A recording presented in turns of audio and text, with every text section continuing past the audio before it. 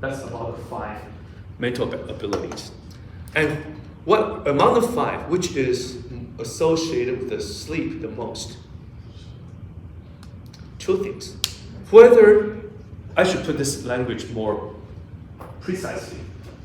There are 2 of the 5 that are more intimately close or related to your sleeping condition qualities. Hun is more associated with whether you can sleep in the time you want. But Shen is the quality of the sleep. You know, you can fall asleep all night, but you didn't rest well. When you wake up, you don't feel rested. The patient might say, I was lying on the bed for all night, but I was dreaming all night. When I woke up, I feel I didn't sleep well, or I didn't feel I slept. So their Shen, the quality, is not there.